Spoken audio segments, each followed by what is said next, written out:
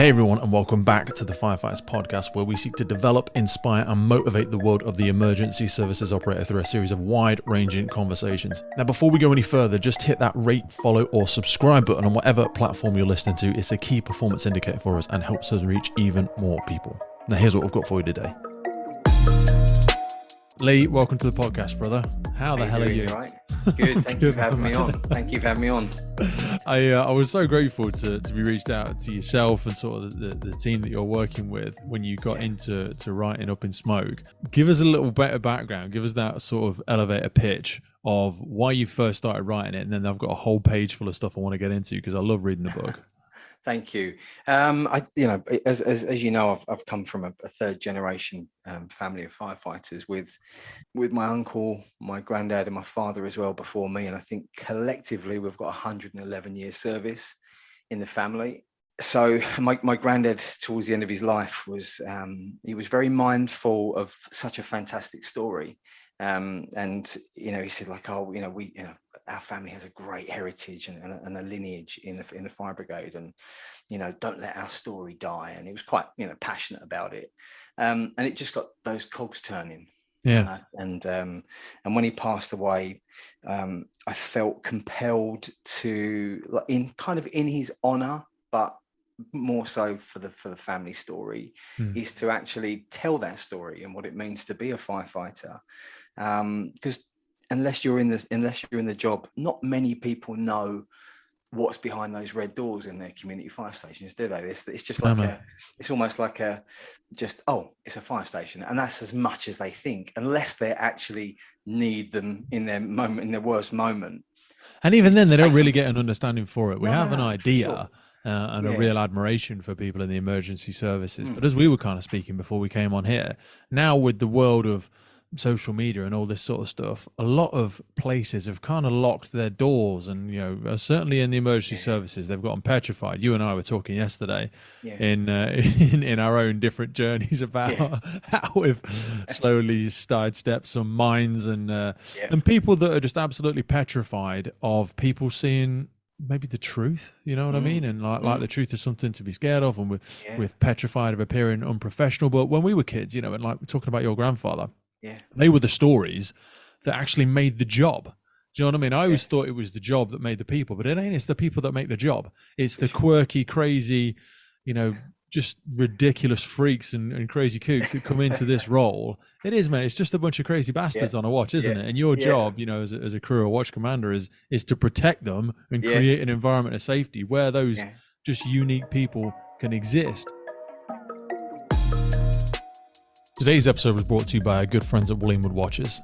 We put so much thought into the people that we partner with on the podcast, and Wood Watches has been with us since the beginning. This is a company that's got authenticity baked into every aspect of its fire service traditions. Now, they have 6 different collections now. In October, they brought out their new Fearless collection. Some refer to this as the dark side, and it's their first field range watch. Now, I've been speaking to some people in the past who have got that Wood watch for a specific occasion, for something really smart, really classy. But the best thing about the Fearless collection is that it's built to be worn in active surroundings. It's got that compact, rugged aesthetic on your wrist. One of the biggest things people have commented on, if you go over and look at their socials, is the Firefighter helmet case back. They always do something special with the back of all of these. Now, before this, my favorite was the Triumph collection, but if you go over and have a look at this one, they've pressed into the back of each watch the UK Firefighter's helmet. It's got the glass visor where you can glance through and actually see the movement of each watch. Now, again, if you're unfamiliar with it, the massive core of all these Wood watches is the upcycling of firefighting materials. And the Fearless collection has got a 100-year-old British Bash Firefighter helmet melted down and placed inside the crown of the watch. That's exactly the same as they have with all of their collections. But this one also features repurposed black fire hose, which is a really rare one for these. So go over and check out the brand. I myself went for the Valiant watch. I've had this for a couple of years now. Really nice. I've got it in the red strap, but I am also giving some serious consideration to the new Fearless collection. There's a whole range of payment options. Go over and take a look at them. Wood Watches, Johnny and the team are there to give you that experience. Whether you're thinking of a retirement gift, you got something special to celebrate, or you have just started your emergency services career, go over and check them out, WoodWatches.com. The best way to support the podcast is to support our sponsors, so please take a click in the notes below. Now back to the show.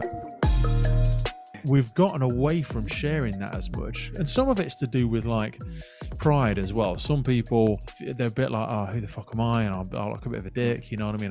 They're not as forefront as sharing their stories. But then the real sadness is I mean, imagine if your granddad had been on the podcast, not this podcast, but if something like this had existed. And it's always lovely to read a book. It's always lovely to hear an audiobook, but to really hear that person, hear that passion and hear them talk. And that is the thing, because that's why we got into it. We sat around our watch table, or we heard somebody at a barbecue, or we met somebody and they were like, yeah, I've been in a fire service, I do this. And you're like, fucking hell, that's a job. That's a fucking job. You know what I mean? And not many people outside of that circle can fully appreciate that. And because it's, I feel so passionate about it. And I didn't want to keep that to myself. I wanted to tell that story. So I started pursuing what content would look like, and thinking about what I would put in there. And first off, it started off as an idea of a serious story. And then as I started to consider more and more, I thought the fundamental thing, that thing that where when you get up in the morning, or you're just about to go to work on a night shift, you can't wait to get there. Yeah. And it's not so much because of the job. The job is great, it's interesting, and no ever two days are ever the same. But it's the people. It's family away from family. And I'd say to my wife, "Oh, I'm off to work." She's like, "No, you're not. You're going to the fire station." And your partner's got a very intimate insight, because obviously she works in emergency services as well, so she's got a keen insight of what you're doing there. She tells me what to do at work, and she tells me what to do at home. She's an amazing woman. But it's So I thought, these people are some of the funniest people I know. And it felt right that this book, the context of it should be around humor, because without humor, our job would be impossible. Some of the awful things we see, and some of the awful things we have to process emotionally and mentally and physically sometimes, you need to be able to fucking laugh at that shit. If you don't, you'll just go bang. And I felt that should be the context of the book. So I started thinking about the content and funny stories, funny anecdotes. Many people from around the country that I know chipped in as well with some incredible stories. A lot got left on the cutting room floor because it was almost too funny. That must have been fucking rough to see that side of it, because like you say, putting a book together, so many people talk about it. They thought, oh yeah, I'm writing a book. It's such a colossal thing to do. It's on my list. It's probably on number fucking 17 at the minute. You know what I mean? Just in that way of dumping everything down. But still, it's just, I mean, how long did this take? I guess from start to finish. And there's a really interesting, I'm very spiritually connected, and as I'm sure you are.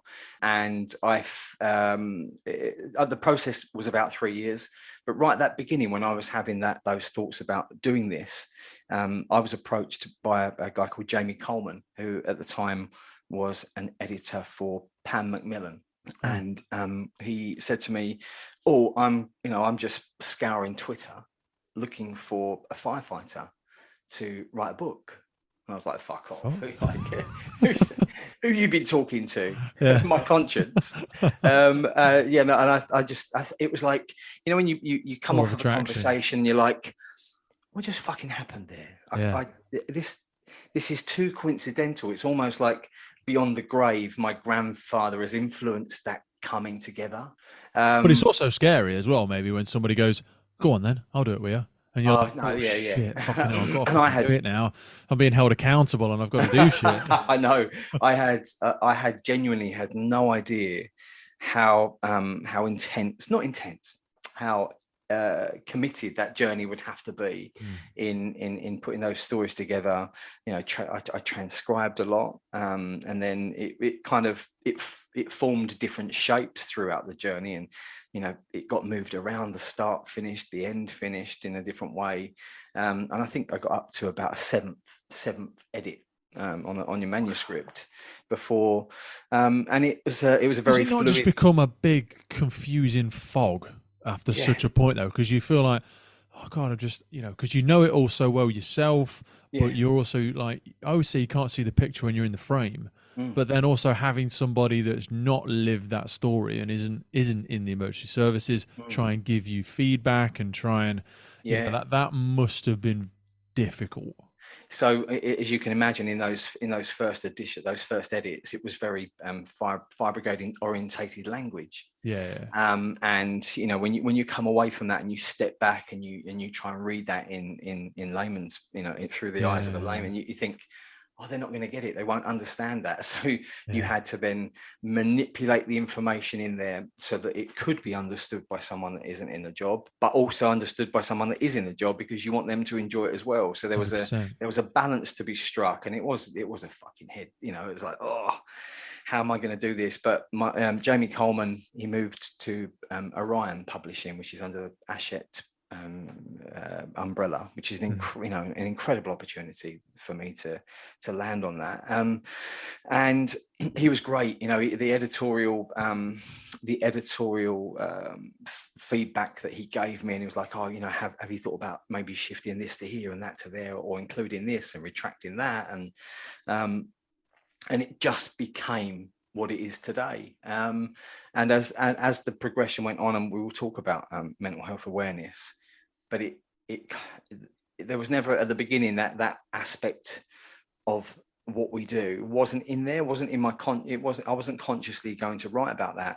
But as I started thinking about incidents, funny and sad, I had some dark moments writing that book, because I felt that we needed to give people a snapshot of some of the difficult things that we experience, just so that they can start to maybe have an understanding of what it is to do the job, given the terrible. Because they're the gaps where people usually fall through, and I think as we sort of spoke about before we came on, that's where these days we aren't building. We're not coming from the same environments. We've both got kids, and we're not coming from the same upbringings. We're not having shit jobs when we're younger, where we're getting that character building moments of someone pointing a finger in our face, or doing fucking 3 paper rounds or emptying skips and stuff like that. We're not having as many shit jobs at 12 and 13 years of age that builds that sort of character.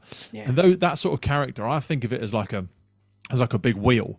So when you do hit a bump, or when you do hit a crack in your life, if you've got a big wheel, you can kind of roll through it, and you can take a loose elbow and go, oh, that fucking hurt a little bit, but okay, I'm gonna pull this out of the mental cookie jar and crack on. Whereas I feel like we don't have that exposure, and we don't develop that muscle as much for many, many, many socio-ecological reasons and societal challenges that we probably haven't got time for. But I worry more about that. And like I say, when I read your book, it's good that you don't just gloss over those moments, because they're the gaps that people fall through. And as we're seeing the younger generation come into the job now, I've shared a number of times. Only a month ago, one of my colleagues took his life, and we've had a number of people do it. And you just think, and he was only in his early 30s, and you think, the fuck? Do you know what I mean? But so many more people could be lost, and probably will be lost. And you can't go with the idea of, well, I don't see why, because no one seemed to struggle with this when I was younger. It was a whole different world back then. A whole different world. For sure. And that's why I placed a massive emphasis on humour, because when you come into the job, certainly, I know I was brought up around it, but when people come in and they don't really understand the dynamics of a watch, and the humor forming a massive part of it, and banter and piss taking, but not in an offensive way. What you said yesterday about your dad on one of your first handovers.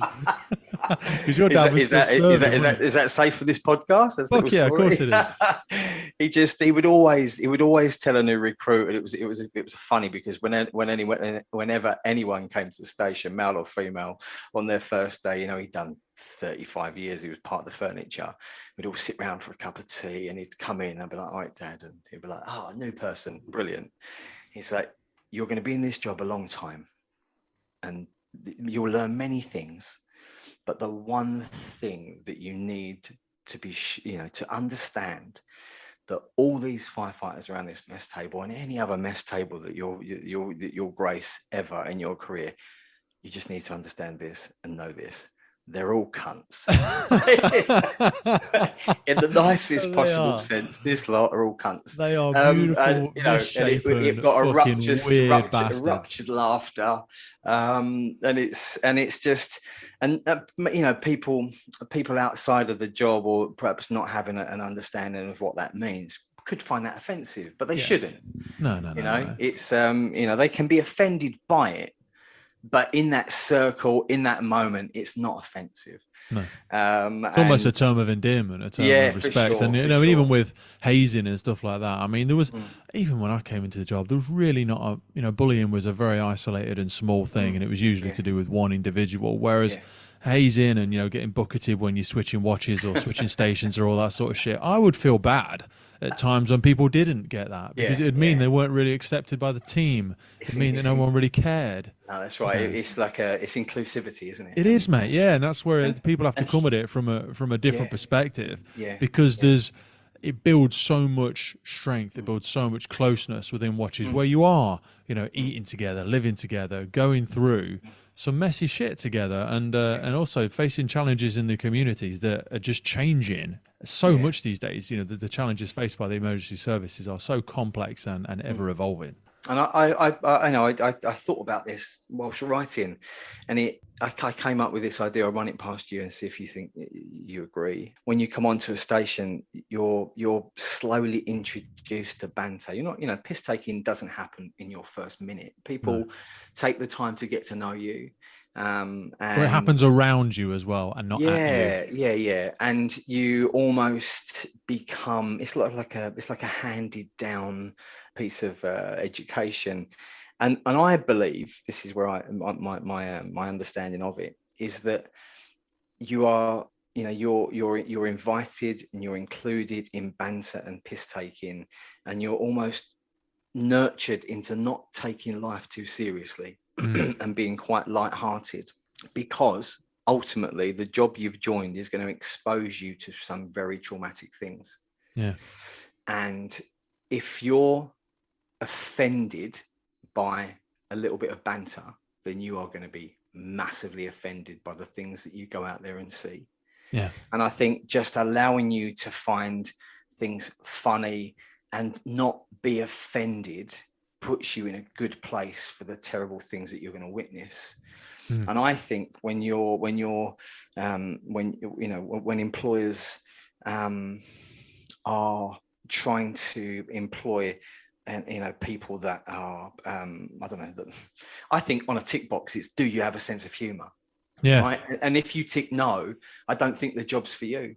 Fuck no. Because there's a thing about trying to create professionals, and we're the definition of that word is very interpretive. Do you know what I mean? Professionals is not some, homogenous, non-personalized individual that is just clean shaven, pristinely dressed with no personality. How the fuck is the community going to connect with that? Well, there's an irony behind, like we say about trying to connect more with our communities and become more equal and diverse and inclusive, and then we say nobody say anything different from anybody else, everybody act the same. And you're like, it's a bit like there's a great meme out there that says the world says be yourself, no, not like that. And you're just like, what the fuck are you on about? Be yourself. No, don't do that. Don't say that. You're right. By recruiting the right, there's a thing I heard that everyone can be a firefighter. I disagree, wholeheartedly disagree. Everyone can apply, I'll take that. Everyone can apply to be a firefighter, but not everyone can be a firefighter. And if you haven't got a sense of humor and you are easily offended, then there is the risk, this may not be 100% of the time, but there is a risk that we have a mental health crisis in the waiting. It's going to happen. I think you have to have a certain kind of individual that comes into the job that ensures their longevity, a lengthy career, a career free of mental health issues. It takes a strong kind of character. Yes, some of that can be built with it once you're in the job and you are, are nurtured by your professional colleagues around you, and they will look after you. But it does take a certain kind of someone. What I've been thinking lately, and again, when I spoke about, a couple of people that we've had on the podcast recently, I think we should do some more direct recruiting out of things like the military, because a lot of people go in the military only for a small period of time. you know what I mean? Maybe 5, 10 years, and then they come out. And I work with a great number of men and women who've got a military background who Yeah, are really fucking great firefighters yeah, because they've kind of got that discipline already. They get that sense of purpose. They've yeah, got that real dark humor, which yeah, is just so good for it. yeah, And they can do things. They can do things consistently that are sometimes boring as piss, and they're really good at it. Do you know what yeah, I mean? They're good at yeah, following orders. yeah, They don't take life too seriously, and those yeah, sorts of individuals are really, really good because, like you said, you've got to stand at the forefront of that recruitment process. I feel like sometimes we're clutching at straws and fucking accepting anybody, mm, whereas you're like, once they're in, it can get enormously costly. I mean, some of the biggest costs to services these days are mental illness and mental health, and just yeah. physical health and long-term sickness. I don't think I don't think the modern fire rescue service is, the idea of a modern fire and rescue service is wonderful. Hmm. It has its merits. You look at the fire services of my granddad's era, and not so much my dad, because that changed in the 80s with regard to females being in the fire service as well. But in my granddad's era, it was, I can hear him now. Women in the fire brigade, what, they should be at home doing cooking and cleaning. That was the attitude then, Yeah, wasn't it? yeah, And I love that. You're right. I love that you have this broad representation on a fire engine now. Not so much, there's still a long way to go, but resembling, or people in the community can see themselves on the fire engines, because hmm. there's white or black women, or Asian men and Asian women. You've got this mixed, diverse representation on a fire engine now, Yeah, that connects with the communities you serve. But it has to be the right kind of those of us, yeah. not just anyone. So I do.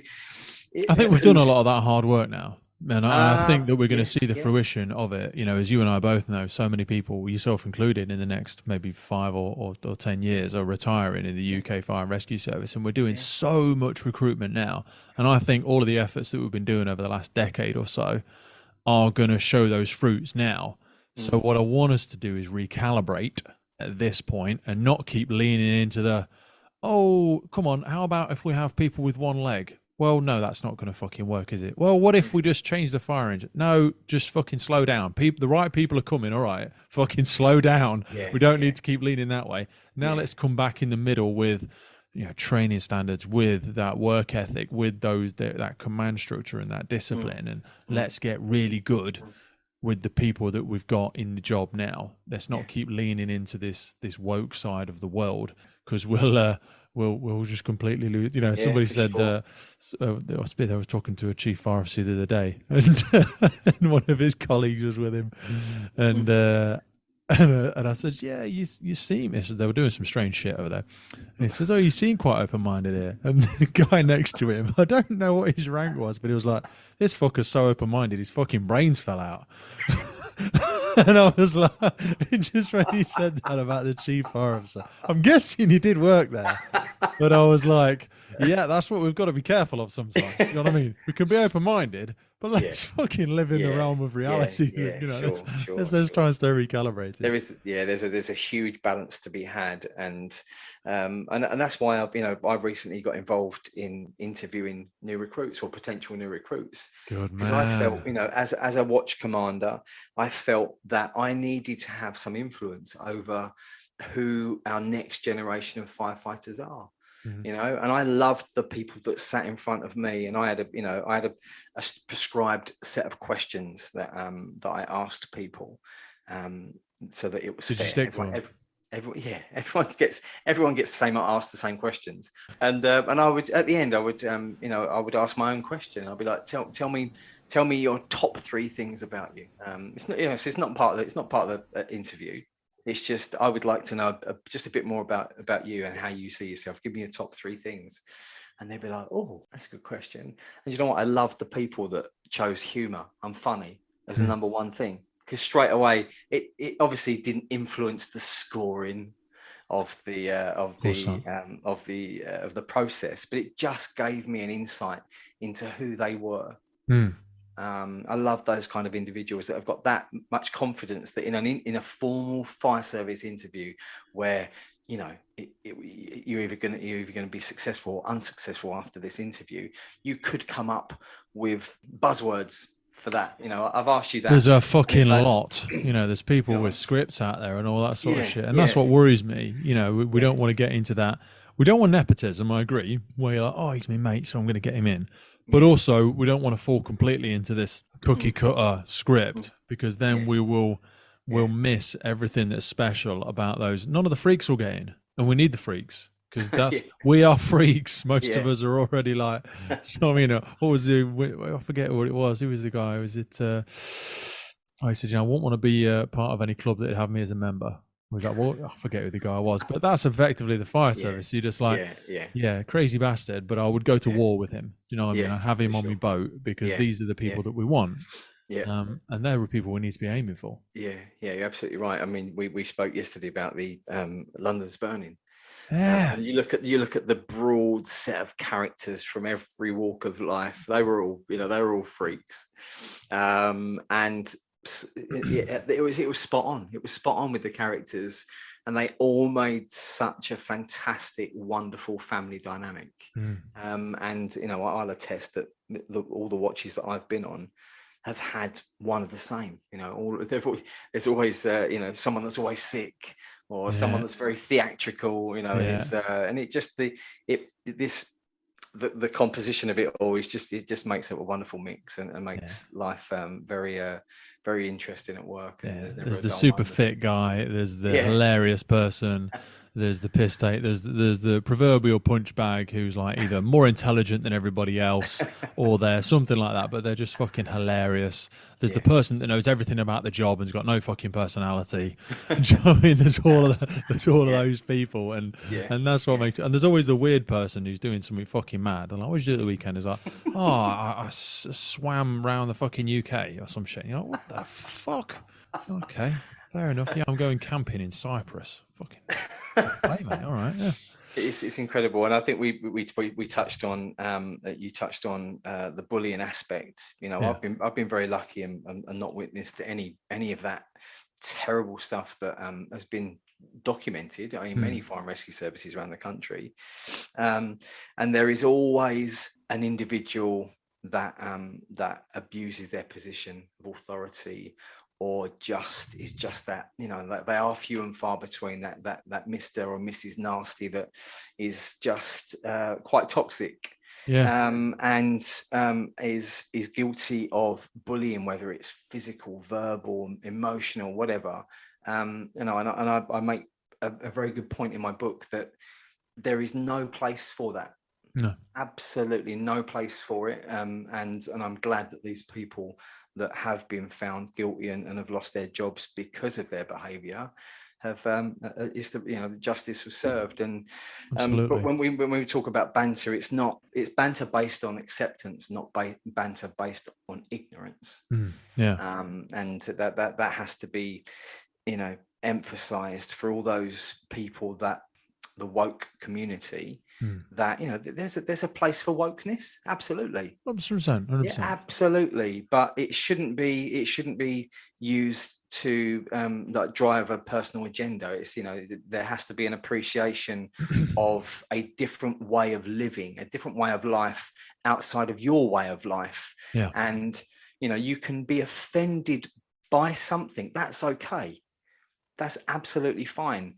But if the thing that offended you isn't per se offensive, then don't claim that it is. You know, Ricky Gervais makes that very point about somebody coming up after one of his shows and said, oh, that whatever what you said was offensive. And he was like, but you're the only one coming to me and telling me this. If something was truly offensive, the whole audience would feel the same. Because that's what offensive is. But if you're saying that you're coming here and you feel offended, that's okay, but that's different.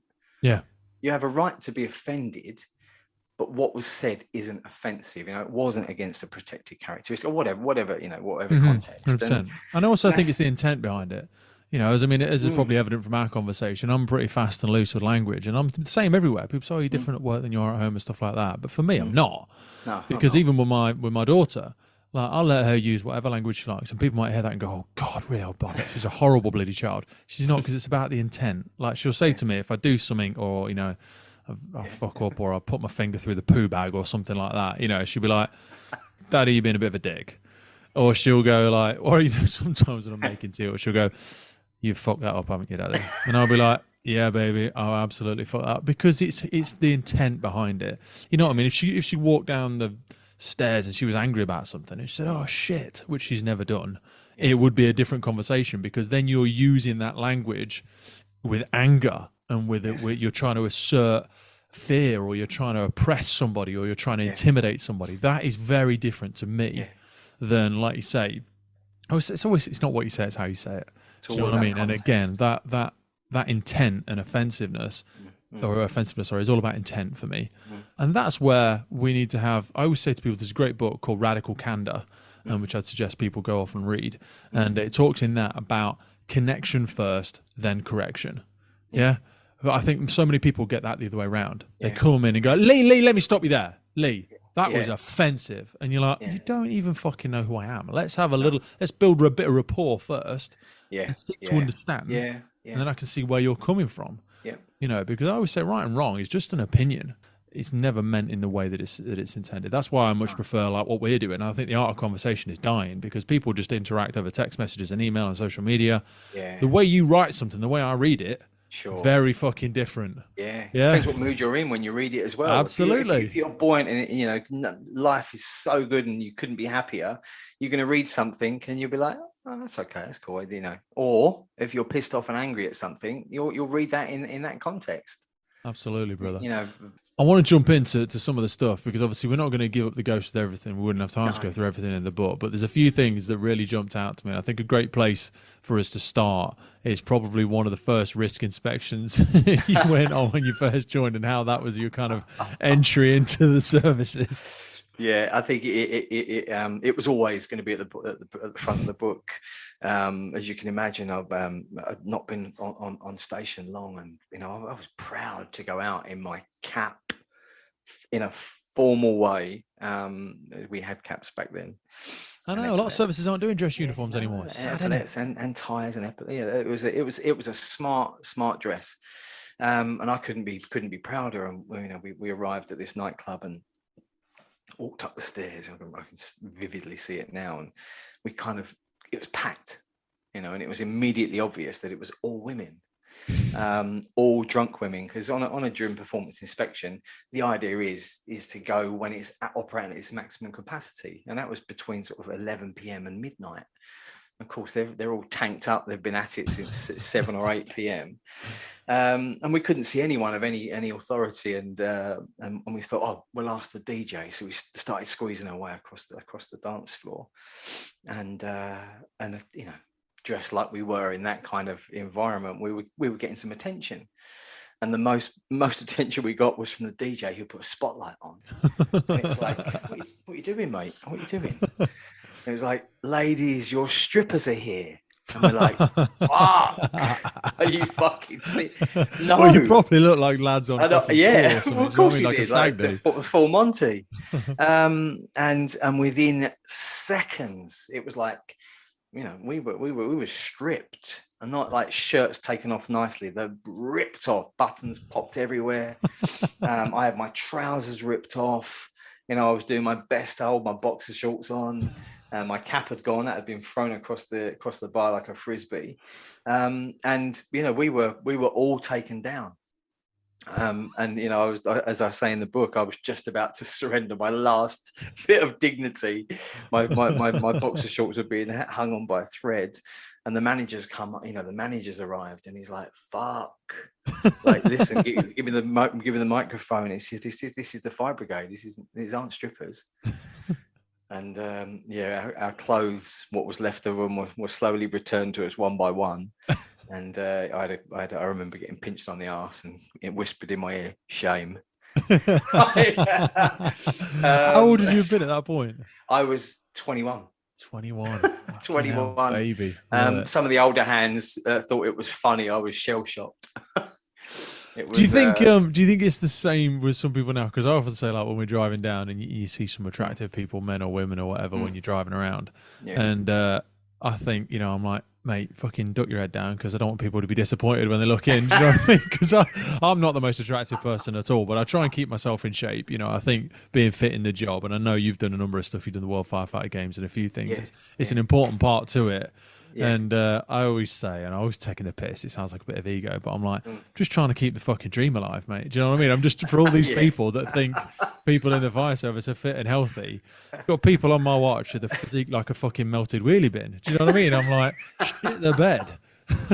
Mate, they're going to be so fucking disappointed when you get off at that nightclub. Fuck me. A few of my wife's friends recently become single, and they would say, like, oh, does your husband, has he got any single firefighters on his watch that might be looking for a girlfriend? And she'd be like, forget it. Like, I don't know I'm not sure what your conception of she said, I don't know what your conception of a firefighter would be. She said, but you're into like fit, good looking guys, aren't you? And I'm like, seriously? This is me and my watch you're talking about. But I think that's becoming a thing again, as we see the growth of things like the World Firefighter Games, the Firefighter Challenges, or the bloody CrossFit community, and even just like, we were talking earlier about plant-based diets and stuff. I feel like the world is moving a little bit back towards that. Yeah. Because you imagine what it was like, for your granddad and for your dad. And even when we joined, Christ, that if someone told me when I first joined, every meal's a feast. And every day is an adventure, basically, in the fire service. Because every meal was a fucking feast. It's like you would buy special plates that you would not find anywhere else. Special plates from IKEA that were serving plates. And there would be a normal plates for breakfast, lunch, fucking 11sies and whatever else. And the amount we used to consume. You know what I mean? What was it like when you first joined? It's the same. It was absolutely outrageous. There would always be too much cooked. And rather than put it in a few Tupperwares for another night, it was like, can we squeeze it onto a plate? And you'd sit down and be like, fucking hell, can't eat all that. It's 3 fucking meals. There's only 12 of us here. This is a fucking meal for 20.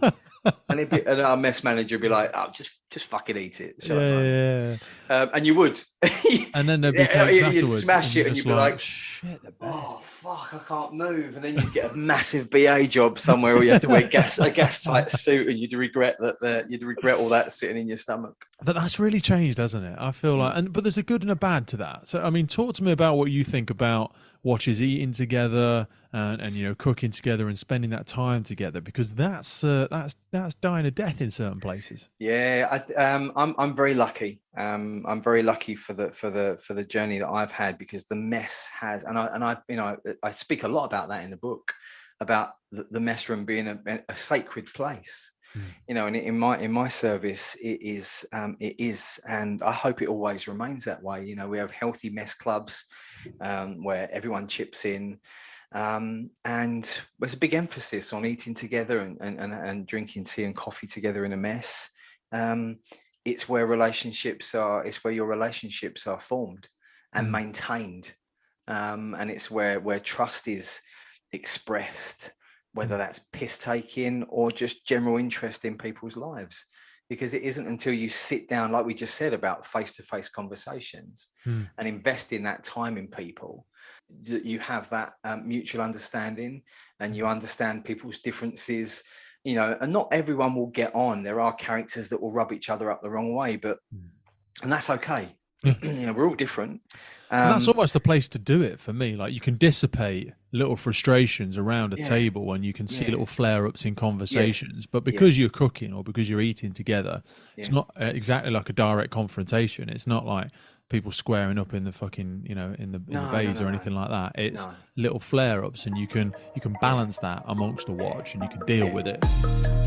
Hey folks, just wanted to jump in with a quick piece around firefighter health and wellbeing. Now, we get a lot of messages and emails into the podcast around firefighter health and fitness, whether you are trying to join the fire service and pass them tricky fitness tests, if you are currently serving, or if you are coming up to that next chapter of your life, retiring from the emergency services. we get so many different questions around it. So in partnership with Fitness for the Frontline, we have come up with a series of guidance and programs specifically designed to reflect the physical elements of the role of a firefighter. So whether it's carrying an LPP across an overgrown field, lifting a ladder above your head under running it, or wrestling with cutting gear for 30 plus minutes at some kind of complicated RTC, our bodies are required to lift, push, and carry objects in very specific circumstances. That is effectively what Fitness on the Frontline focuses on, as well as the longer term aspects of overall health and wellness for our firefighters. There are focuses around strength, endurance, and overall conditioning, all achievable and relevant to our roles. Now, we are definitely not about to be smashing out world records or getting that beach body ready in 6 weeks rubbish. The systems and programs that we put in place are adjusted for people's current fitness levels, and they're not a prescriptive way or a one-size-fits-all BS.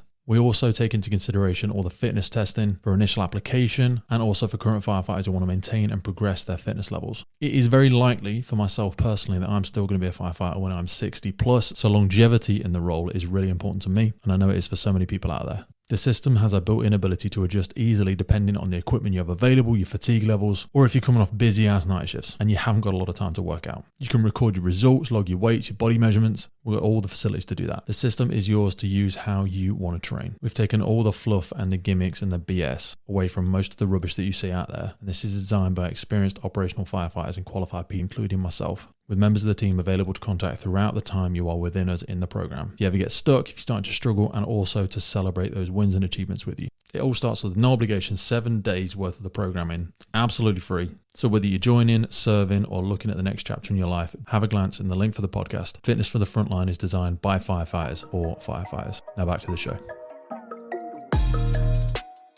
Yeah, for sure. You know, I manage with humor, as you can probably guess. Yeah. And it works. It keeps people, the watches that I've been in charge of, it's like a fear-free environment. You know, I'm not, if somebody does something wrong, whether it's in the mess, in the drill yard, in the bay, and it's part of some training or something, I won't chastise them or belittle them. I'll just use a little bit of humor to get the same message across, and they can have a little bit of a laugh at themselves, have other people have a little bit of a laugh at them, and they learn so much more because they feel like if they make a mistake in the future, the most that's going to happen is going to be a bit of piss taking, rather than, right, you're for the high jump, take your fire gear off, go and sit in the, depending on what they did. Obviously, if they nearly killed someone, it'd be like, oh, fuck it, hold on a minute, all right. There might be some learning needs here, but that's touch wood, that's never happened. Oh mate, I've had it. Fucking hell. And it's, and I feel, and I believe that is an incredible managerial power to have, being able to use humor as a managing method. Some of the great people, great leaders of the world, Barack Obama, incredible humor, incredible sense of humor, great orator, great speaker, and was never afraid to use humor. Like, he didn't have to think about it. He had that much confidence in his ability to be funny and not offensive, that it would be natural for him to make fun of something, knowing how it would land and how it would be received. I'm the same way. I'm confident that I can manage that way. And you often hear managers, senior managers, or any manager that is responsible for people. You know them, I know them, that are afraid. It's like, oh, can I? Oh, I'm not sure I could say that. I'm not sure I can laugh at that. And it's like, fucking hell. How do we keep that characteristic going up the chain then, without forcing it into the closet where people feel like, if I am professional, then I'm not this, or if I'm professional, then I'm not fucking human. Do you know what I mean? That is a difficult one, because I've been encouraged 3 or 4 times in the last couple of years, and as I'm sure maybe you have or haven't, to go and do your station managers and to go and apply for this, apply for that. But I can't at the minute find anybody at that level who I feel is sincerely authentic and happy and really, they speak about the best days as though they're behind them and they miss that. And I feel like people like yourself or others won't necessarily go for those levels of promotion, but then if the good people don't do it, the bad people will. Do you know what I mean? I'm not saying all people that go for a promotion are bad, but yeah, they will do it, and then we will be at the behest of people that were never not some. You know, some people I see they're not respected and they're not liked on their watches, and then they slowly go into some non-ops job, and then slowly make their way through, and then they become station group area DAC, fucking whatever. Yeah. And you're like, you were always a bit of a shit firefighter. You weren't a team player, and now someone's accidentally giving you some fucking power. Scary, isn't it? Fucking scary. Yeah, it's scary, and it's a shame. And I do. It's kind of an unspoken thing, isn't it? And I'm glad you've brought it up. I think as you progress, there's an expectation of your loyalty or affiliation. You know, dependent on loyalty to what though. That's the thing. Loyalty to the pound note. You know, so if you have to, there's an expectation that as you progress to this is just my opinion, obviously, as you progress to different levels, there's almost like it's almost like an unspoken, if we give you this position, this is how you are going to be expected to be. Take the money or leave it. And there's often that people. The serial optimist in me wants to disagree with you, but I know there's just an overwhelming. But you're right. But I also think that we are that thing. So what I mean by that is, like, it only takes somebody like yourself. And obviously, we don't know each other tremendously well at all. But it only takes somebody like yourself or a few other people that I've had on the podcast. Well, a lot of other people that I've had on the podcast, to be fair, who are willing to take that step. And then all of a sudden, that's one more person that isn't of that ilk. Okay. And eventually, maybe the pendulum shifts. I'll throw this to you then. I'm not in that position, so I obviously don't know. All right. You won't get those positions, will you? Surely those people, you won't get the opportunity, because it's almost like, given who you are and how you are, it's not for you. And I think you would get overlooked. Again, just my opinion. You would possibly get overlooked by someone that is willing to change. So you will never progress to that because of who you are and what you represent, I wonder. I did have feedback like that. So it took me, I've done 22 promotion processes just to get to watch commander. So that's only fucking 2 promotions, and it's taken me 22 goes. And the watch manager one was the watch commander, was the one that on several occasions I had different individuals say to me things like, working with you is you're a bit too much of a gamble sometimes. It says there's loads of passion, there's loads of, and that's not because I've got anybody in trouble or fucked anything up, but my things like the podcast is a great example. Your outspokenness or your gregariousness or anything like that, you're either going to be really good for me, as in when I'm working for a group or commander or DAC or whatever, and they go, you're either really good or you're going to blow up in my face. Because we speak about diversity, but what we don't speak about is that mental diversity, that neurodiversity, that, I think we want people that look different but think the same. And I'm like, no, we don't want people that fucking think the same all the time, because that's how we get stuck in this group thing. Yeah, I'm blessed in my service that we have got people at all levels, group, area, senior leadership team, the DEP and the chief, that have got a different way of thinking. They're very modern, almost like a contemporary management style. And touch wood, we've gone through an incredible journey of cultural change in the last 5 or 6 years, and we're in a good place, really good place. Those sense of humours through rank levels are there, and I've witnessed them. And I just hope that remains, and we do get to see a shift in, the likes of myself progressing and having that influence, because, a happy place of work is a productive place of work. A happy place of work with humour in its foundations is safe. It's healthy. It's the foundations as well of trust and respect. It's always the goal for me. I want people to enjoy coming to work. Yeah, for sure. That's 26 years on, I still, my alarm on the morning of my first day shift, my alarm will go off and I'll be like, oh, I'm going to work. Still 26 years in, I still have that feeling. And I'm blessed. I am blessed to have that feeling. And and I know it will continue. Now, my dad retired after his 30 years. He retired in the November, and then in the April, his wonderful idea of having one of the best fire and rescue service heritage museum in the UK was born, and he was made the curator of that. And he done another 14 years, and he retired in March of last year. I beg your pardon, March of this year, after 44 years service. Where was he the curator at then? Sorry. So the fire museum within our service. I've got to have him on. He'll be an absolute fascinating bloke to have a conversation with. What he doesn't know about the fire and rescue service. Ain't worth knowing. Pre-war, post-war, Victorian times. Yeah, it isn't worth knowing. He actually gave me this the term on the run or off the run. Yep. Do you know where that comes from? Yeah. London.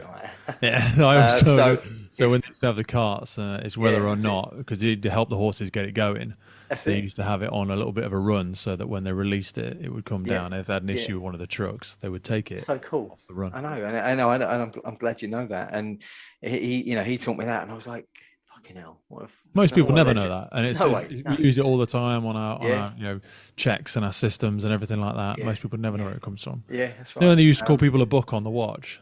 That came from London as well. You know, there's so many things. I mean, your dad had fascinate us with all this sort of stuff. He'd be in his element, and he is an absolute legend. And he was awarded British Empire Medal in the Queen's Jubilee Honours, the Platinum Jubilee this year. Fucking hell. So that was surreal. Just for his service, quite surreal. To find out that he got it was just amazing, fitting. Worthy. He'd earned it.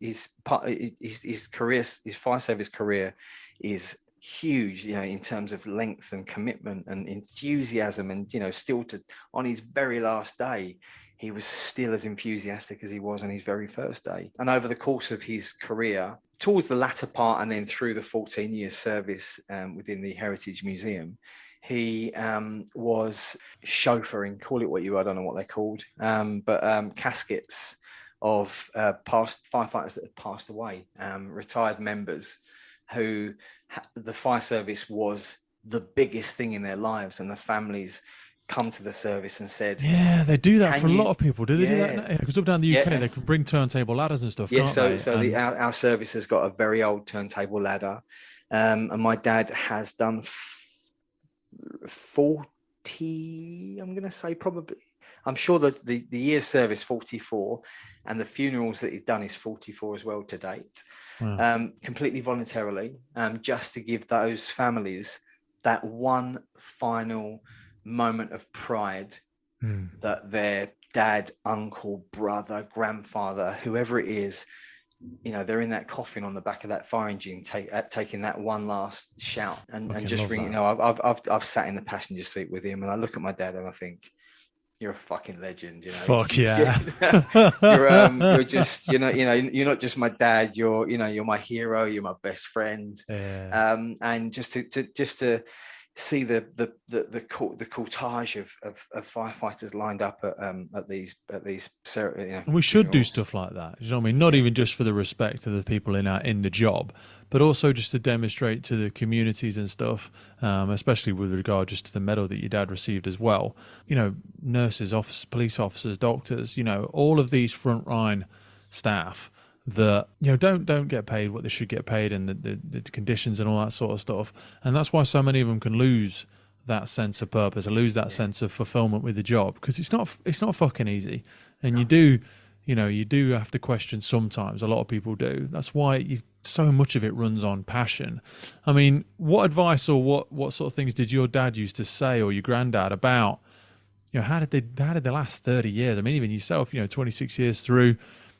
Well, how do you stay motivated with it? How do you stay enthusiastic? How do you stay away from the pessimist? How do you protect your mindset? What are you doing? Because I'm 16, 17 years, whatever it is in. Yeah. And I always say, people said, oh, you'll feel different after 5 years. And they said, oh, you'll feel different after 10 years. Oh, no, and it goes. And I just think, I worry, when is that going to happen? And if it's going to happen, and how do you make it through? Interesting question. obviously I've got the advantage of having that lineage in the service, but those that come in, I believe people that had to get the job off their own back. What's advice for yeah. them? So so do you know what? Do you know it Have to all get that in comes there. down to? I think, and this, and you might agree or disagree. It is all dependent on the enthusiasm that your watch officers, mainly your officer in charge, keeps you engaged. Isn't a grumpy shit. You know, he's motivated. He keeps every day interesting. He keeps every day funny. He keeps every day engaged and incorporating all manner. I don't know, whatever it is. You know, having decent downtime or social events. When you've got a decent watch and a decent officer in charge, that is the building blocks at the beginning of your career. We all know a handful of people that we can say, do you know what? I remember them from the beginning of my career and they shaped me. Yeah. You know, they shaped me because it's quite easy to drift onto a watch or get posted to a watch with all the enthusiasm in the world. And it's just full of miserable gits. Yeah. That are disengaged for whatever reason. I mean, you were posted to a station, though, weren't you? When it was considered one of the second worst postings in the brigade. Yeah, as you're reading my book, you know, when I got there in the morning, one of the older hands was like, "Right, listen, don't look out of any of the windows in the station before 12 p.m." I'm like, "What the fuck's he talking about?" And it just, you know, 5 minutes pondered, and I was checking some gear on the truck, and I was like, I need to ask you what, I don't know what you mean. Why can't I look out of the window in the morning? He says, because you'll have fuck all to do in the afternoon. Fucking hell. Because it's so quiet. I was like, oh God, this is a terrible posting for a new recruit. But that said, it was a quiet station, only one appliance, but it was full of incredible individuals who were so engaged, so proud. You know, I already went to the fire station with an attitude that my granddad gave to me and said, you know, every day starts with a polished pair of shoes. Get your polish brush out, you know, give your shoes a clean. And it kind of sets you up every day, start of every shift, day or night. I always polish my shoes. And I encourage people to do the same when they come on. You get the older hands and be like, if you want my shoes polished, you'll have to fucking polish them for me. Some fucking people, yeah. So I'll be like, come here then. And they'll be like, what? I'll be like, come on, I'll shine your shoes. Because I know that they'll be like, oh, all right. These haven't been fucking cleaned in 3 or 4 years, but go on. and they'll have a shiny pair of shoes on their feet. And when they look down, they'll be like, do you know what? I like them. And it's all about just changing that mindset. Yeah. And that's what I encourage people that come into the job that to find the people that are positive, you know, connect with them more. You know, you will have people with stories and they may be unhappy for valid reasons or just no reason at all. It's just who they are, but try not to gravitate towards them.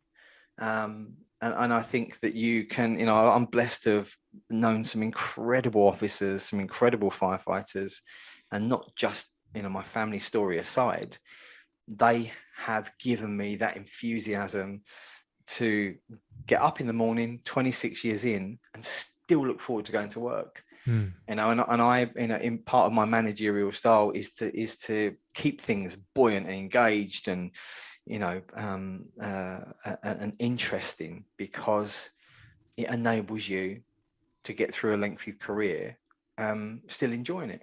What about the aspect of physical endurance and the idea of being able to stay injury free? Because you did have an injury, you know, quite a bad injury at one point in your career, you know, reading through the book. How do you manage the physical aspect of it? And just give us a whistle stop tour of what actually happened on that night with the RTC. Is this with the battery? Yeah, that was a Yeah. fucking So nasty that, one. I I mean, read that, I was like, shit. I expected to be yeah. coming on a call with you and you looking like the fucking Elephant Man or some shit. And You unfortunately, do look I like you've don't. been apple bobbing in chip fat, but I think that's probably just you as a person. Your wife's probably very understanding. You must be hung. That's what I'm saying. Cheers. She she'd laugh at that.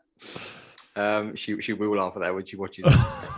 Listens to this. So we've come so far, haven't we, with health and safety? Too far sometimes, but yeah. Yeah, you know, there are the individuals that you have to remind every now and again. But PPE is better. But I think just being mindful, and I will always, every incident I go to, I will always say to my lot, it's keep yourself safe. And it's from my granddad as well. He passed down this. I pay tribute to the actual phrase at the back of the book. My granddad would, every time he saw me, he'd say to me, "Son, one hand for yourself, one hand for the job."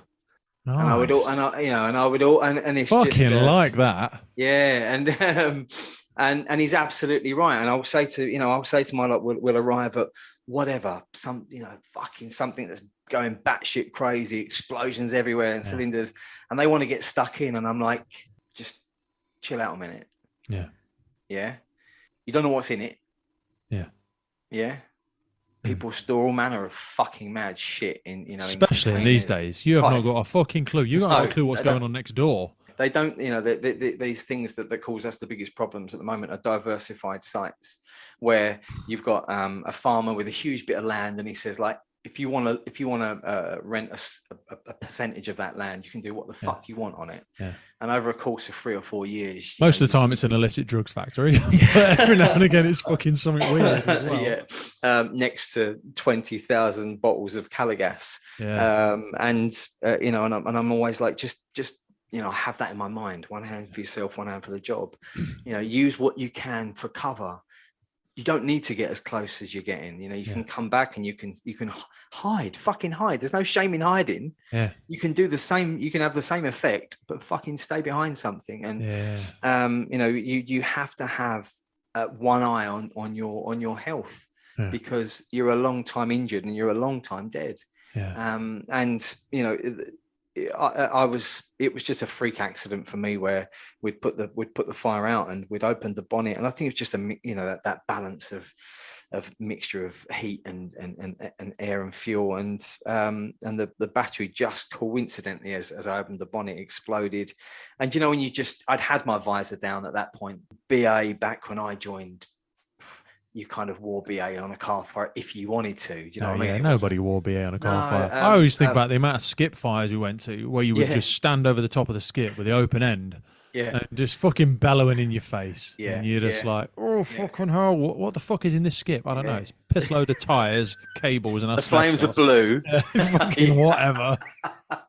The smoke's green. It fucking can't be good for you. But it just exploded, and I was lucky that my lot was so switched on, and it was just like copious amounts of water. And that saw me visit A&E for a few hours, which the nurses loved. A cubicle full of firefighters, men and women. The boss going, they loved it. Fucking paperwork here, dickhead. Be all right, fine, dickhead. And this is these are the risks that we face, and people, the general public probably have an appreciation of some of the dangers we face, but there are a lot of fucking dangers, aren't there? Around every corner. And to be honest, I think we're behind the game now, because we haven't got the resources, we haven't got the size. A lot of our, backroom staff and our research and development and all of our training departments are just trying to keep their head above water to keep people competent and keep people up to speed. But when we look at like electric vehicles and we look at all the stuff that's coming out, we really are behind the curve on like, how do we deal with this stuff? Fucking not sure. Just like try and put a safe system of work together and don't fucking die. It's electric vehicle fires. No, I'm not going to touch wood because it'd be interesting to go at one. Yeah, no, I've But been to them, you and know, even just not even just the vehicles, the amount of lithium batteries that are in everything. yeah. You know, when they're vaping off and causing Look at these explosive the scooter. environments. Yeah, the ski scooters are a big thing Scooters, just now, aren't mate. You know, batteries in torches, and they? there's lithium everywhere. Yeah, And half of yeah, this shit, and it's not the be all and end all, but yeah, it's just one example. And yeah, again, the amount of yeah, entrepreneurs out there who are yeah. starting little businesses in their homes and stuff like that, and you just have not got a clue what's No, in so many of these I know. places. And that's the thing, you know. I remember being at the same sleepy hole that I went to. One of my first shouts. It was an old Ford Granada saloon, on a G plate, and I'd opened the boot. We'd put the fire out, but we popped the boot with a set of Clan Lucas, and in the back was one of those large fucking Caligas cylinders, which was like swollen. All the seams were just about to and you Fuck. think, fuck, I've been stood around this for 20 minutes putting this Yeah, car out with this in the boot, and people, and that's people's thought process is it goes as far as that'll be right in there. yeah, Not that's it. if I put that in there and my car catches fire, what danger is that going to pose to firefighters? It's not. Yeah, That's never gonna happen, is it? no, Doesn't happen. That's it. That's the sort of shit that's in films. yeah, And then they come out and go, oh fuck, yeah, cheers, mate. yeah. Yeah, And we see brilliant. that with construction and people refitting buildings and businesses and just punching through walls and retrofitting living Yeah, spaces and just yeah. no fucks given. Just No, and just a lack of education in general. yeah, that's all it is. That's all it is. Because I think generally speaking, if they were to be conscious or reminded or just given an education of the risks that it may pose, there'd be not all the time, but people that have second thoughts and go, "Well, fuck, yeah, actually, that isn't a great idea." Yeah, it's just people lack of thought. As I was sort of reading through the book and sort of cycling through, mostly laughter, even with some of the sadder bits Yeah, in it, to be honest, yeah, because I know where that comes from, and I can imagine, when some of your writings and some of the footnotes. I love the footnote side of it. So just talk to me about that for a minute, because I love that as an addition. It was a real throwback to some of the favorite books I read when I was a yeah, kid, and I thought it yeah, added a real, not only a sense of humor, but also a sense of authenticity to it. It was like you putting yeah. yourself back into the book every time. That's it. So I mentioned earlier that that myself and my editor were thinking of ways of having a balance so that firefighters understood the language, and the members of that weren't members of the public that weren't in the job understood the language as well. Yeah, There needed to be there were some things that I couldn't change. It just had to be read in firefighting terms. yeah, But I felt that there needed to be a footnote just to address someone that perhaps I talk about trucks or a motor. We know that that's a fire engine, but yeah, people are like, what's or a machine? yeah. What's a machine? It's a fire engine. And I felt that there needed to be the footnotes at the bottom. Some of them are funny as well. There's some science in there as well. I felt when we were I love talking it. There's about some science. There's some yeah, safety messages. It's a lovely little myriad, mate. We've covered the spectrum with it. It was yeah, really. It was a great touch. I'm definitely going to good. fucking steal it if I ever put my head out my arse and do something. 100% going to steal that. But Good, good. really great, mate. Really I great. think just with every and as the idea in the book progressed, I felt that the incidents that I attended, funny and sad, all had a safety message attached, Mm. and it was like, wow, this can be entertaining, informative, and fucking keep you alive. It's a mixture of things. Mate, it's Yeah, effectively kind of like that's almost a narrative for the podcast as well, to be honest. Because I think to myself, all the people that I speak to, yourself are definitely a great example. Such wealth of knowledge and such important stuff to share with the world, not only of the emergency services, but certainly of the public. Because we get a lot of public listening as well. And I'm like, yeah, but it's interesting. Do you know yeah, what I mean? And again, we talk about that professionalism. So many services go out there with a professional message, and it's boring as piss. Do you know what I mean? You're just like, fucking no one's fucking listening. No one cares. Do you know what I mean? You need to yeah, inject a little bit of personality, because people yeah, buy from people. yeah, People love the for sure. storyteller. They Yeah, love that yeah, that yeah, narrative. That's how yeah, we tell stories. It's yeah, not as old as Jesus yeah, Christ. Do you know what I mean? yeah, We yeah, tell stories yeah, through messages, through stories. That's what we do. yeah. And People like yourself are a great example for it. yeah, I thank you. And I thought, you could, if let's have let's take stock of the reality of a leaflet drop campaign for smoke alarms, right? They post 100,000 through a door. How many of them go immediately in a bin? There's no real attention paid to the message about testing them regularly. Don't take the batteries out. You know, if you haven't got them, get them. If you want to get them from the local fire service, they can probably provide them and install them for free. All of that stuff. It's a fucking leaflet. It's a pain in the arse, goes in a recycling bin, right? Yeah.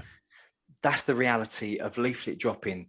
I felt that I had an amazing opportunity to use the book and its context to deliver the same message, but you couldn't, you know, you've spent fucking $18.99 on the book. You're not going to put it in the bin like you would a leaflet. Do you know what I mean? Man. And I felt that that you would see the book, and every time you saw it and read Up in Smoke Stories from a Life on Fire, you'd be immediately fucking taken back to the footnote that says, go and fucking press your button on your smoke alarm. Yeah. Go and test it. If it doesn't That's work, almost the message that needs to be out there. Just press it once a month or whatever. Do you know what I mean? Because people would listen and they go, oh, you know what I mean? Like, think about your CPR videos. When bloody Vinnie Jones did that, that fucking absolutely blew up, didn't it? And everyone was like, yeah, staying alive. That's it. CPR. That changed more than probably any CPR video before. We had a recent guest on the podcast, Gareth Smith, G Smith. He's on Instagram. He's got like 44,000 followers, and he's no less or more or less important than any of us. But he's just a bit of a funny guy. He speaks a lot about mental health. He's had massive challenges, tries to take his own life once, and he's a funny guy. He wears a fucking wig. He's a bold firefighter in his fucking late 40s, and his whole thing is about testing his smoke alarm. But he does some funny shit. And he does it in his pump bays and all this sort of stuff. And he's just having a fucking laugh. Oh, that's good. And he's not audited or he's not got a producer. He's not got nothing. He's just fucking about. And the message he gets across, some of his TikToks and stuff reach millions of people. Yeah. Millions of people. Yeah. And most people would never have the balls to just be that honest and that simple and that. Yeah. He's a fucking great guy. And that's what I'm saying. It's so sad, though, that people like yourself, like him, like all the people I try and hunt out for the podcast have had to do these things almost outside. And it's something we spoke about yesterday. You and I don't speak about what services that we belong to. Our views are our own. But also, how sad is that? Because I feel like the fire services are operating separate from the people that are in them. Yeah. How fucking sad is that? Yeah. There's a lot of fear, isn't there? There's a lot of fear that, you know, some people have ruined it for others. A lot of people have ruined it for others, where their social media content has been detrimental or damaging to a reputation of a service. And there's almost like this, right, okay, we're going to draw a massive fat line under it all, and none of it. No one can do anything. Zero, zilch, nada, nothing. No engagement. We don't trust our people to engage, and we don't trust our people to protect and look after our brand because they're going to be representing us. And you think, fuck, that's a real opportunity missed. Yeah, because with the right education, with the right, I don't know, let's call it policy. If you've got a policy that's been agreed, or guidance, as we like to call it now, if it's been agreed and there's an understanding, and you provide education and you provide the tools to have positive, constructive, sometimes serious, sometimes funny information, you're fucking missing a trick. And I post stuff on my socials often about smoke alarms, the importance of not charging your mobile phones under your duvets, under your pillows. Don't go out leaving your washing machine or tumble dryer on, or overloading a tumble dryer. Hundreds of different subjects, and I post them onto my Facebooks and my Twitters, and I get people at work take the piss and like, what are you fucking posting all that shit up for? I'm like, it would be wrong of me not to. Yeah. Right? Because not all of my friends are firefighters. You're all taking the piss because you know what I'm saying. Yeah. However, obviously the people that take the piss, it's not for them anyway. They were never going to fucking like it. They were never going to buy your book. That's not your fucking audience. And those are often the people as well, where you know where they go like, oh mate, you want to be careful. Don't you remember Dave got that level 3 and lost his job? And you're like, yeah, but Dave was a prick.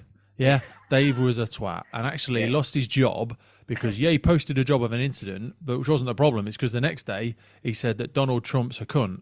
That's what lost him his job. It was nothing to do with what he was sharing about this.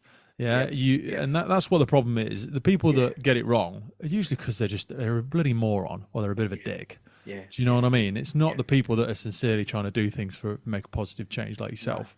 No, and for all the piss taking that goes on, and I accept it. Listen, my dad made a very good point right at the beginning of this podcast of what all firefighters are, and it's acceptable for the most part. The feedback that comes back from the messages is like, "Oh, thank you for posting that because that's something I'm guilty of, and I'm not going to do that in the future." And I think just one piece of it, just one person coming back to me on one safety message, and knowing how different they're going to behave in the future around that message, that's all I wanted. That's all I've done it for. And if it's 2, brilliant. If it's 20, fucking amazing. You know, it's for me, having that knowledge, it was wrong for me in my position with the social media presence that I have. I'm not an influencer, but just having a number of people. Social media, everyone's got a voice now. That's the beauty of it. And you should use it for that, because most people that think it's fucking boring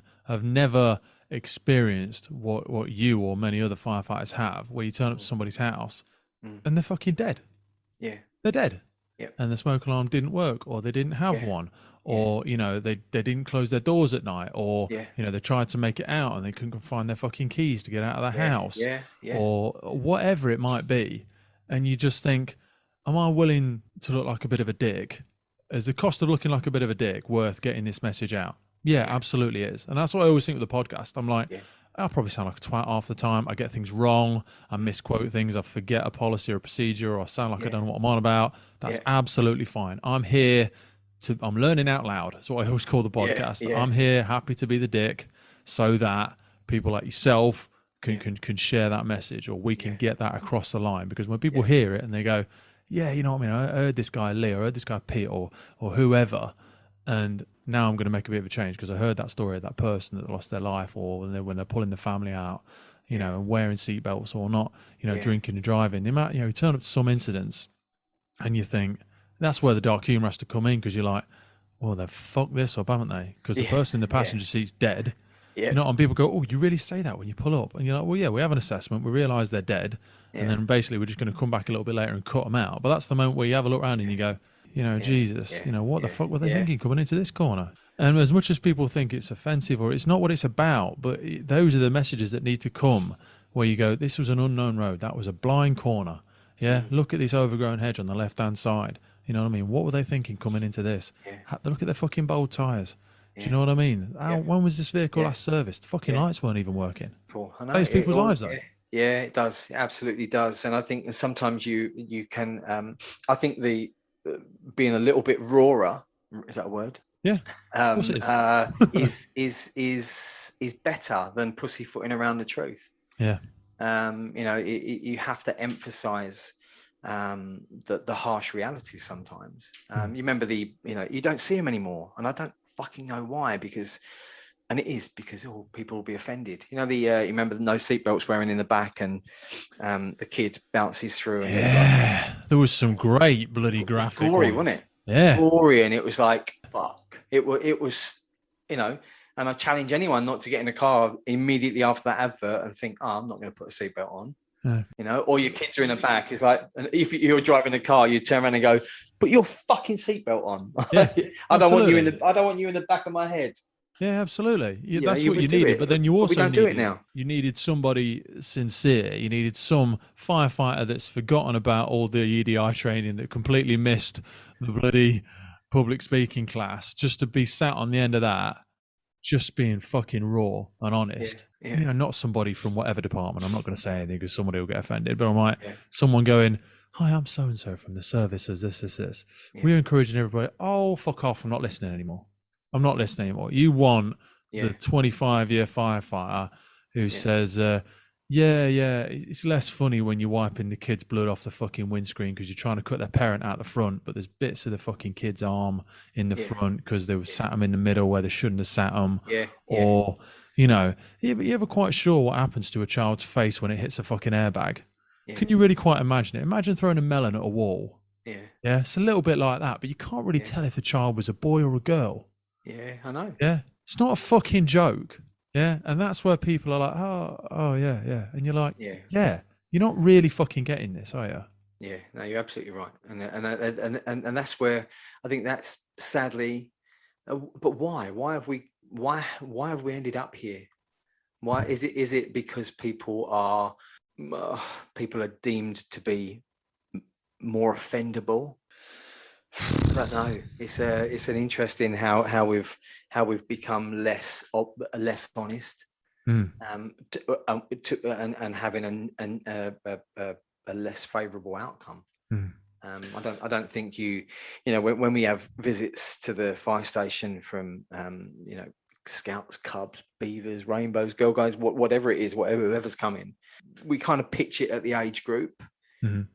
We try and traumatize them, but not enough that they can't sleep at night, Yeah. because they're going to be going into young adulthood and fucking in no time at all becoming 17 and Mm, passing their driving test, and they're going to be, the parents are going to be waving goodbye to them and thinking, worried sick, yeah. especially those from emergency service backgrounds, because they know what a 17-year-old driving sometimes looks like. Mm, I think we have a duty of care when they come and they're impressionable young adults or mm, adolescents, that we fucking tell them, mm. when you're 17 and you go out and drive your first car and you're showing off to your mates, this is the sort of equipment that we're going to be cutting you out of cars with, and sometimes you or your friends might not make it. Or the people you hit. Yeah, That's yeah, usually the thing. Do yeah, you know what I mean? It's yeah. the And, mum coming they back. sit there and it's like, She's worked a double shift and then come to school late to pick up her kids after their football practice, and she's just on her way home because she's got to yeah, get home to feed the fucking 16-year-old who's been by themselves all day. yeah, And she fucking comes into you because you've just pulled yeah, out of McDonald's and you're fucking picking up speed, doing a lap round the town, yeah, and you fucking smash straight into her and yeah, her two kids, and yeah, the kids she's looking after from someone else's parents as well, yeah, and they die. yeah, Yeah. That's yeah, the bit that people yeah, forget as well. How much trust you're placing in people when all that's yeah, separating you is yeah, a bloody 4-inch white line. yeah, That's it between yeah, you and every other crazy bastard on the road. yeah, yeah, That's absolutely all there right. is. And I think, I try and do my best to leave them feeling startled but not petrified. Hmm. You know what I mean? Yeah. Just give them enough of a seed to be sown Hmm. that they'll remember that visit. Yeah. And when they get in their car that first time and their mates go, oh yeah, see how fast you can go, see how fast it goes, it's got 130 on the clock, does it do 130? And he thinks, oh fuck off, mate. I had that visit at the fire station 4 years ago, and Yeah. I've seen the shit that they use to cut people out. And just, Yeah. if you can just have that influence Yeah. in that moment that changes a decision later on, Mm. I think that's the duty of care you have as Mm. in our positions as firefighters, to send those messages. It's so important, community engagement at any age. Mm. I'm conscious of time, but I wanted to just speak a little bit because I'm really eager to. We spoke about this before, but I'd actually love to have you back on the podcast for another chat at some point Cheers. because we referenced it earlier.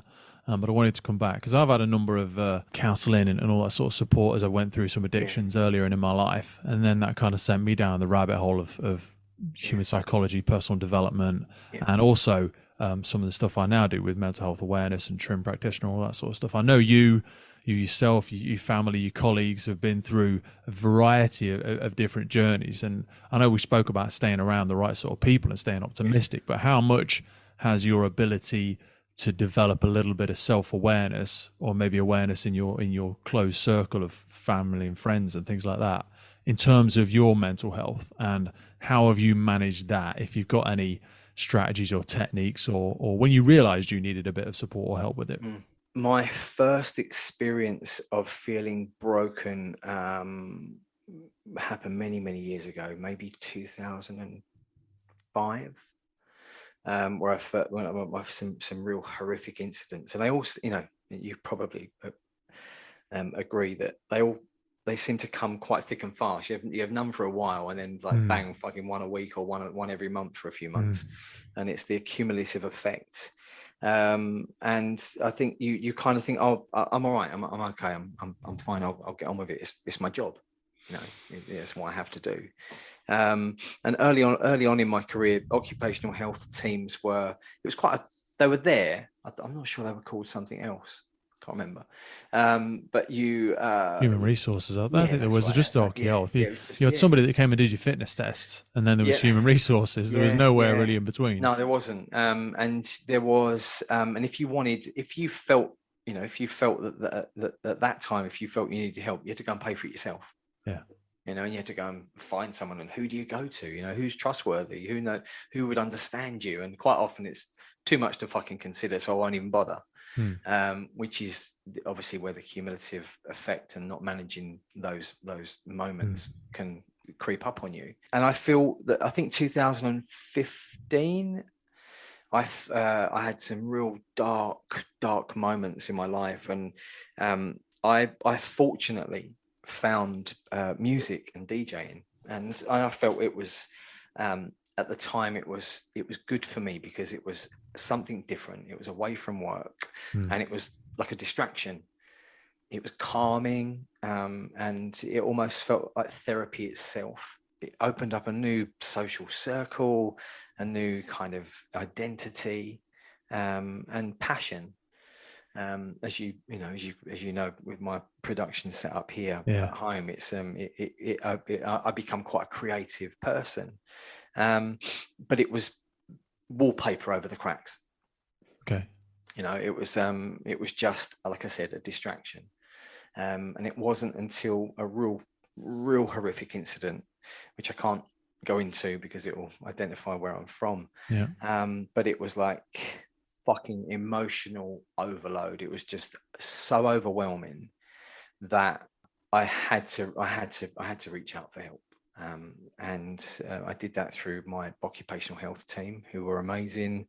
They referred me to a therapist, and we went down many conversations. And when you feel, I felt at the time, I've fucked this up because my dad never needed therapy, and he'd done 30 years. My granddad never spoke about therapy. He'd done 30 years. My uncle, bless him, before he died of cancer at 34 years of age, which is no age at all, he he never spoke about therapy. And I'm like, I've let everyone down. I've let myself down. I've let the fire service down. I've let my family heritage down, that I haven't been able to get through this.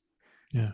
But having gone down the route of therapy and then talking to my dad, who never really spoke about it, and then have him be honest and me realize, fucking hell, he struggled as well. Yeah. But why did he not say? Was it different back in the 80s and 90s, where it was more bravado and bullshit, that you had to have this facade because you were taking the piss out of, as firefighters generally do. And I'm glad that societal opinion and feeling towards mental health has changed, because it cliche, it's okay not to be okay, has enabled people to reach out and say, I can't do this on my own, I need help, whether that's to their friends or family or teams or employers, that you are able to access the correct help. And for me, I went down the route of therapy, was just about to embark on EMDR to reset myself on some of the things, and then COVID hit. And I talk about this in much greater depth in the book. And EMDR can only be done face to face. My therapist over a Zoom call said, "We can't do it, Leigh." And I was like, fucking COVID, I felt like I was making so much progress, and then bang, I felt like I was going to regress. I felt like I was going to, all this hard work and self-awareness and reflection and managing my feelings and emotions was going to be dashed. And then I was absolutely blessed, from a friend of a friend, to be introduced to a lady called Jackie Wilmshurst. And she is a risk psychologist with an incredible history of working with many organizations, namely the BBC war journalists, and training journalists in resilience to emotional trauma and risk before they're exposed to it. What's her name? Jackie Wilmshurst. You'll have to put me in contact with Jackie. I think she'd make for an incredible guest. She is just a legend among human beings. And she developed a program called Managing Psychological Safety, or MAPS for short. And this program of taking trauma or exposure to trauma and experience and revisiting it and breaking it down into manageable pieces, rather than feeling like you have to manage the whole thing at once and it being so overwhelming that you get nowhere. And just being able to take each emotion, be it like, what did you see? Let's talk about what you saw, and let's just manage that, just that small part. And then all of the different, smells, sounds. What did you smell? What did you hear? What did you think was going to happen next? Everything. And you actually break the whole moment down into small, manageable pieces and deal with them, understand them, process them, and wrap them up, package them up. And, that's that one done.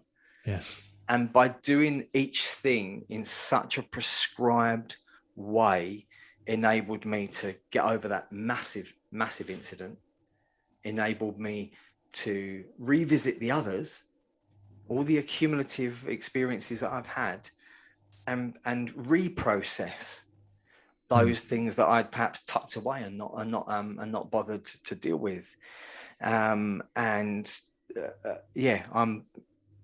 I came from a very, very dark place for the benefit of Jackie. Do you think you'd still be in the job if you didn't do that? Would I? Geez.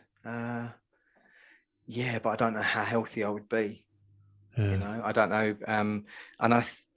And it's all about experience, isn't it? And understanding where you've not that struggling is doing something wrong, because that's absurd.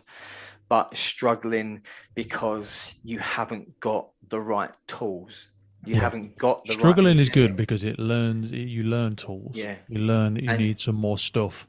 You won't start knocking down the fucking wall and then go, tell you what, use this fucking fork and spoon that I grabbed out of the cutlery drawer. It's not going to be enough.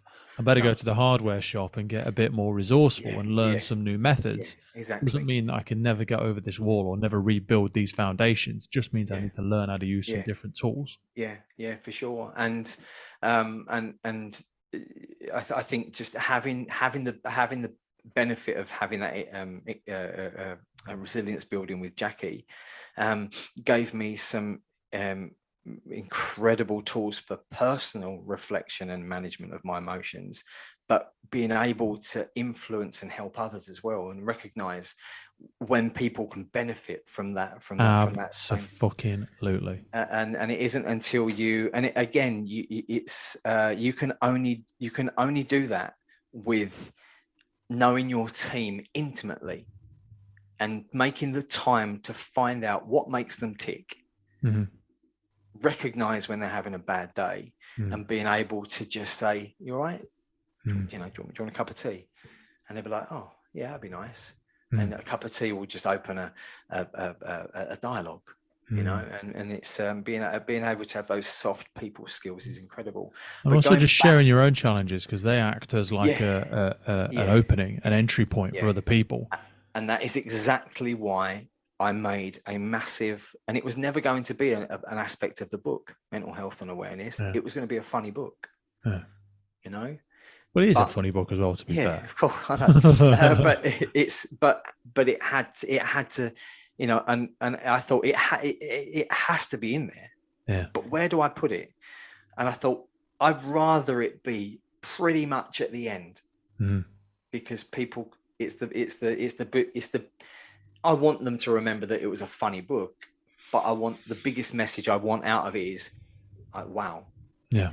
If he has come through such an ordeal and is still here, being able to write a funny book I'll get influence from that. I'll get That's what inspiration humanizes from it that. for me towards the end of the book, and it takes away almost all aspects of that you being an emergency services operator or anything like that, because those things that you speak about struggling with are relatable Yeah, to any person from yeah, any yeah, background, because yeah. you don't have to be a firefighter to face personal challenges with your own mental health. Sure, sure. One of the things I've been pushing recently, and sadly, very sadly, got nowhere with. I'm still knocking. I'm trying to still knock down walls, but I've asked my employer to refocus their attention on mental health and the awareness of it, because my position now, with the benefit of Jackie's training, education, is resilience building. Mm, There'll always be a place for occupational health. There'll always be a place for trim. There'll always be a place and need for mental health first aiders. mm, But that's at this end. The mm, damage is done. mm, You're broke, you're broken, you're affected, you're hurt, you're struggling. That's when you need OC health, trim, and mental health first aiders. mm. Let's fucking focus our attention on brand new people in the job at this Mate, end of their oh. career, right? Let's give them You're the so right. fucking resilience, Yeah. right? That they won't fucking need trim or Yeah, mental yeah, health yeah, yeah. first aiders or That's OC the health thing at for this me, end, mate. As soon as you right? come into the job, you have a fitness test, and I'm like, you should also be given the opportunity to sit with a professional of some form or somebody that's had that training and go Yeah, through some form of psychological profiling, or just yeah, to yeah, begin to explore how to have conversations around those yeah, challenging aspects. Because, and even if you are, sitting at the higher levels of services, and your argument is, yeah, you any fucking idea how expensive that is, Pete? Right. Well, you do know how expensive it is to have people off the fucking run for yeah, mental health. yeah, So the cost to benefit ratio is there, and it's yeah, a long process, I appreciate. But if sure. we just made it a regular thing, if you have an annual fitness test or biannual fitness test, well, we should also be having that annual check-in from somebody in that role, or people in areas that have been given the opportunity to have that Yeah, training, and make it mandatory. yeah, yeah, Make it, you've got to go and have those conversations, because then it's almost like a pressure release valve for me. sure. And I think if you're before you're not before you're given the opportunity to be employed, but right at the beginning, when you have got the opportunity to say, do you know what, this isn't for me, Yeah, right? that's This okay. isn't for me. And I think if you're, I believe, and it's only my personal opinion, that all recruit firefighters should spend a few days in theatre in hospital, right? And they should bear witness to what a human body looks like open. When it's gone through trauma, yeah. Yeah, they should be allowed to have that controlled environment where they can dip in and out as they wish. I remember we Right? used to take people to the morgue as well. There's a couple of Yeah, services used to do that. yeah, yeah, Used to take yeah, people to morgues and funeral homes and stuff like that, just to yeah, give them that bit of exposure. yeah, yeah. But And I'm not nowadays it's saying like, that's right oh, or wrong, and I'm sure there's different ways to do it, but it was just a method. I'm sure there was some damage done in the wrong way in certain places, but sure. I think our approach of throwing the baby out with the bathwater again Yeah, is not an ideal solution. no way. And I think you can do this in a controlled way, because it is fucking wrong that a brand new recruit gets stuck on a fire engine, and the very first time they see a body at its worst exploded, underneath the back of a lorry in a Hmm. car. That shouldn't be the fucking first time they see a body in bits. Hmm. Should not. And if you look at, I asked my service to do a risk assessment of exposure to trauma. Hmm. Because if you know what a risk matrix looks like, when Mhm. you do the risk and the control measures, Yeah. and is it going to be, what is the outcome if you haven't got a control measure? Yeah. Is it going to be a catastrophic outcome? Yeah. Fucking course it is. How many things can we put in that control measure box? Not fucking many. We're not doing much about it. We know So, the outcome, and we yeah, know the risk and the likelihood, because you could tally all that straight across from yeah, people's exposures and the amount yeah, of fatalities that we face, and the variety of them, yeah, from suicides to unfortunate accidents yeah, to intentionals and to arsons yeah, and murder and all that sort of stuff. yeah, You'd fill those boxes up quite fast. yeah, When we go into preventative measures, what control measures have we put in place? Not very many. We've put a lot in the old shit box, which is, well, after it happens, we'll do this. They're off on the fucking sick by then. Yeah, I think there has to be a shift in attitude, and I'm a cynic, and I wonder, again, personal opinion only, that this is not on an agenda because there aren't any key performance indicators related to it. Yeah, it's a strange services much like schools and Ofsted. But I think we could force some of those KPIs in from sickness due to stress and mental health. Sure. I think you could use that as a KPI. Yeah, but it takes strong people and strong voices, and that's what I hope will come of the book.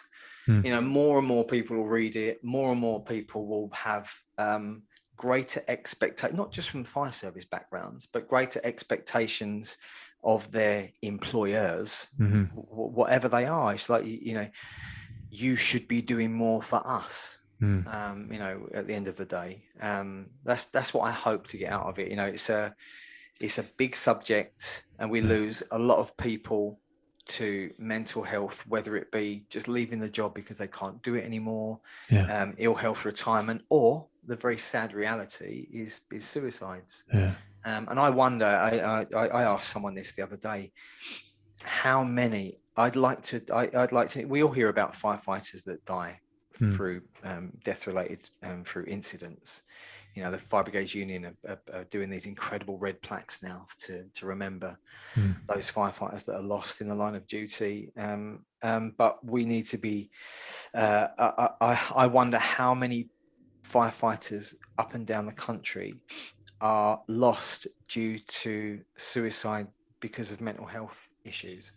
That must be a staggering number. I know of many in my service.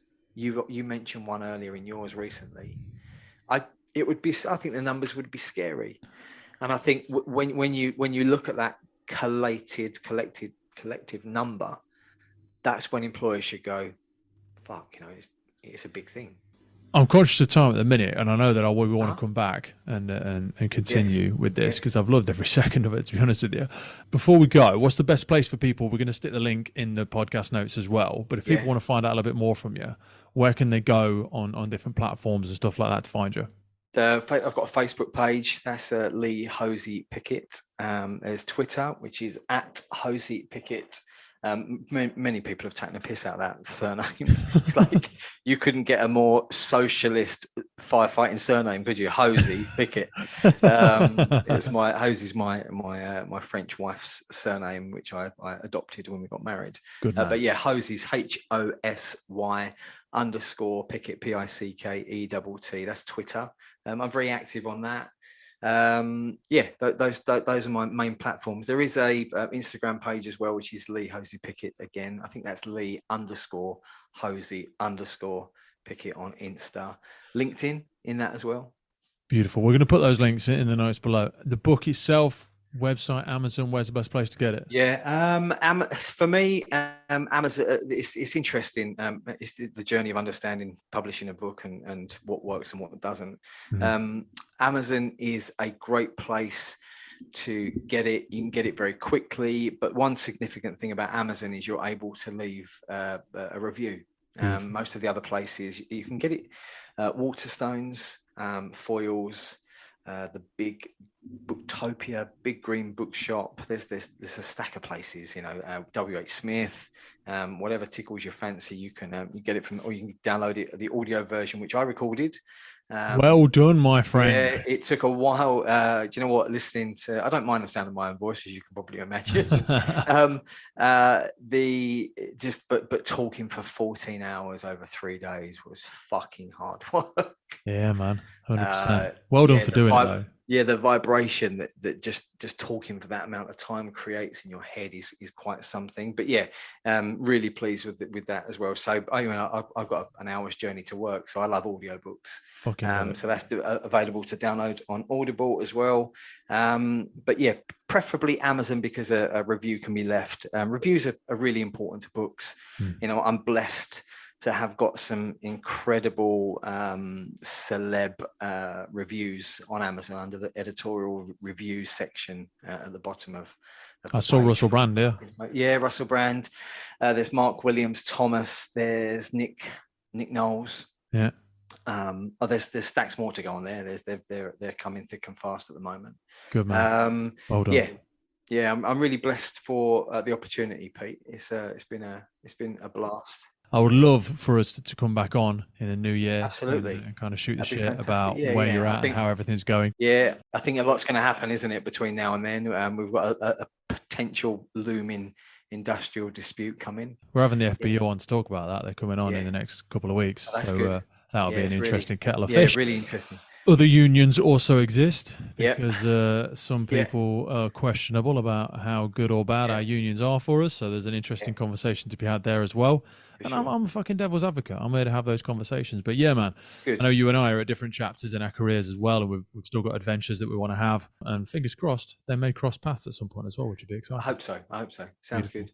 Thanks, Send me all those links, mate. We'll put them in the notes below this. Send my love to your beautiful family. Thank them for this time, taking you away for a selfish couple of hours of a bit of banter. I've absolutely loved it, mate. And look forward to catching up soon. Absolute pleasure. Thanks, Pete.